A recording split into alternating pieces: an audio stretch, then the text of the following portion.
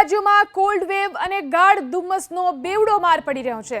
કાતિલ ઠંડીની સાથે જ ગાઢ ધુમ્મસથી જનજીવન પ્રભાવિત થયું છે। ગાઢ ધુમ્મસથી અનેક ફ્લાઇટ્સ અને ટ્રેનના શેડ્યુલ પણ ખોરવાયા છે।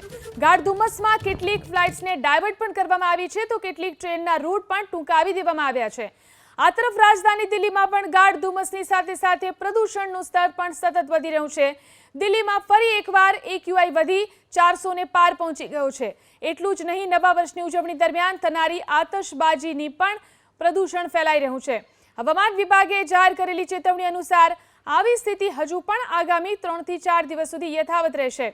નવા વર્ષની પૂર્વ સંધ્યાએ જે લોકો આતશબાજી કરશે તો પ્રદૂષણનું સ્તર તેના કારણે પણ વધવાની શક્યતા છે। હવામાનને ખરાબ અસર થવાની સંભાવના છે। તો દિલ્હી અને કાનપુરના દ્રશ્યો જે જોઈ શકાય છે, કેટલું ગાઢ ધુમ્મસ છે, આ સાથે સાથે પ્રદૂષણ છે। બેવડો માર અહીં લોકોને સહન કરવો પડી રહ્યો છે। વિઝિબિલિટી ખૂબ જ ઓછી થઈ જાય છે, જેના કારણે વાહન ચાલકોને પણ ઘણી તકલીફ પડે છે। તો દિલ્હી અને કાનપુરના દ્રશ્યો જોઈ શકાય છે, કઈ રીતે અહીં ગાઢ ધુમ્મસ છવાયેલું છે।